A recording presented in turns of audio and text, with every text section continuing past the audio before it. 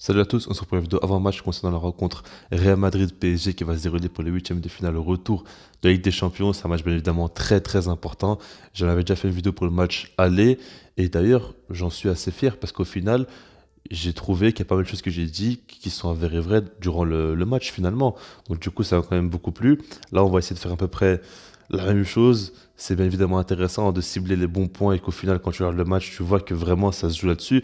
Parce que comme je dis à chaque fois, les matchs de Ligue des Champions, les huitièmes de finale, à partir de là en tout cas, bah, c'est à chaque fois des matchs qui sont préparés beaucoup de temps à l'avance et ça se joue généralement beaucoup sur des coups tactiques, sur des détails.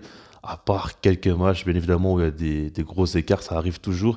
Mais là, je parle vraiment des grosses rencontres comme celle-ci. On va commencer par parler des absents, parce que pour moi, c'est très important de commencer là-dessus. Côté PSG, pour une fois, ils sont assez bien, parce que d'habitude, ils ont beaucoup d'absents. Là, ils ont que Sergio Ramos. Bon, Sergio Ramos, bien évidemment, c'est un énorme joueur, mais il a encore rien fait au PSG et il a beaucoup trop été absent. Donc, du coup, peut pas dire que c'est un coup dur pour le PSG.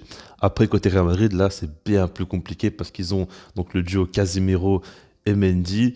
Et ça fait très très mal parce que l'équilibre défensif, il est en grande partie géré par Casemiro. Beaucoup parlent de l'axe central, la charnière centrale, mais pour moi, Casemiro, c'est vraiment lui qui fait la différence défensivement et qui aide bien cette équipe-là.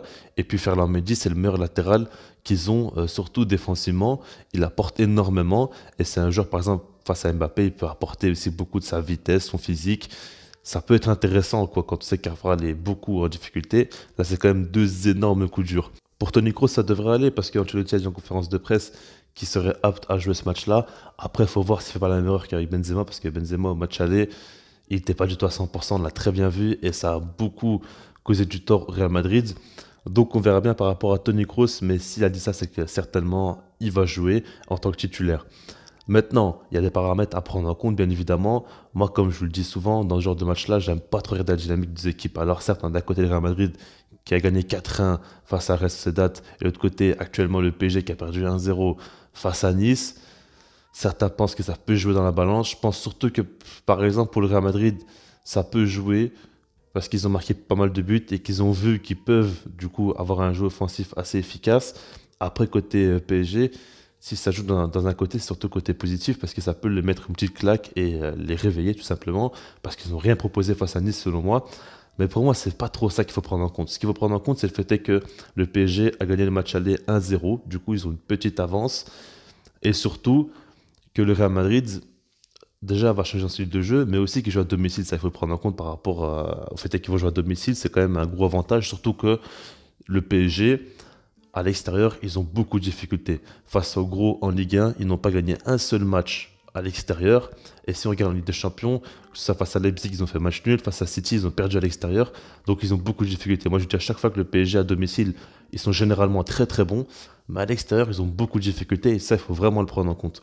Maintenant, par rapport au Real Madrid, il faudra voir tactiquement comment ils vont jouer en fait. Parce qu'Ancelotti au match aller, c'était une catastrophe. Moi je l'ai dit, pour moi c'est le grand fautif, c'est lui. Il y a des joueurs qui n'ont pas fait un gros match certes, mais lui pour moi il était très très très fautif par rapport à l'animation qu'il a mis en place. Et même lui il a dit en conférence de presse qu'il s'est complètement loupé. Et du coup, il va falloir changer pour ce match-là. Ce qui est intéressant, c'est qu'après le match face au PSG, on a vu une équipe du Real Madrid beaucoup plus offensive, qui a beaucoup plus voulu asphyxier, on va dire, son adversaire avec un pressing. Bon, il n'est pas incroyable le pressing, mais en tout cas, il essaie de presser, de garder la balle assez haut sur le terrain, même de récupérer pas mal de fois des ballons hauts. Donc, on voit des idées de jeu beaucoup plus offensifs que ce qu'il y avait avant, et surtout lors du match face au PSG.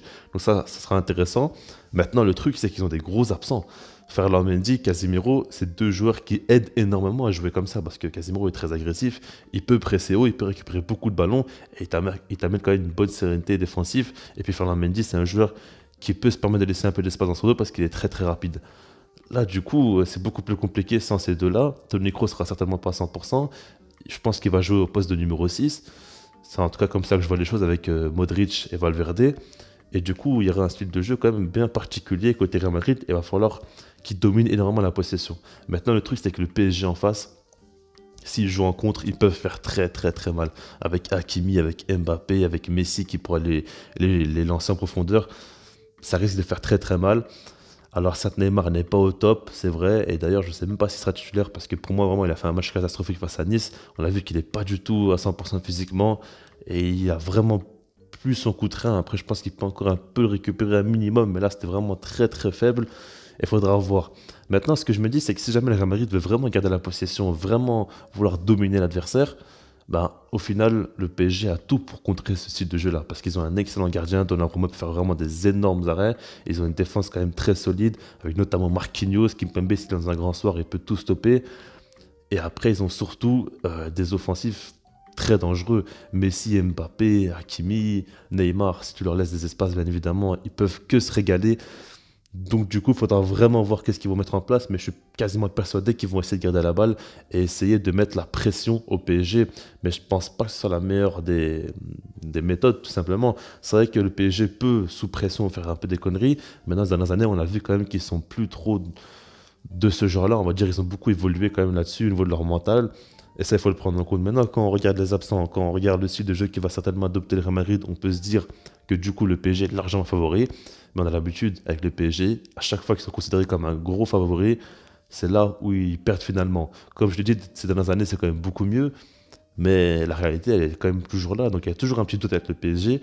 Maintenant, ce que je me dis, c'est que la Ligue 1, on l'a vu face à Nice, ils s'en foutent complètement. Ils jouent face au troisième, on a l'impression qu'ils jouent face au dernier du championnat, ils s'en foutent, ils font tourner. Et même dans l'idée de jeu, même dans la mentalité, c'est quand même très très faible. Là maintenant, ils vont jouer face au Real Madrid, c'est limite le match de la saison pour eux, parce que si jamais ils perdent ce match-là, ils n'ont plus de Coupe de France, ils vont se concentrer que sur la Ligue 1. Et ils n'auront même plus envie de jouer, ils seront même plus motivés. Donc du coup là, ils vont tout donner face au Real Madrid, même s'ils sont à l'extérieur. Ils vont essayer de chercher une victoire, ou même en tout cas la qualification dans tous les cas. Donc du coup, j'ai du mal à voir le Real Madrid gagner ce match-là. Moi, je vois vraiment le PSG par rapport au fait qu'il y a des gros absents côté Real Madrid et que le PSG, si jamais il joue en contre, il peut vraiment faire très très mal. Après, pour moi, si jamais le Real Madrid gagne, c'est vraiment que certainement Courtois aura fait un très gros match déjà, et puis que Benzema, Vinicius auront été dans un grand soir et qui ont réussi à créer des différences. Maintenant, ça m'étonnerait quoi. C'est pas impossible, ça peut arriver, mais en tout cas, il y a un gros avantage pour moi côté PSG. C'est plus du 60-40 pour le PSG qu'autre chose, même si qu'ils vont jouer à l'extérieur. Comme je l'ai dit, ils ont beaucoup de mal à l'extérieur. Donc, dans les commentaires, travailler par rapport à ce match-là, qui voyez-vous se qualifier pour les quarts de finale? Et puis, sinon, moi, je vous dis peace.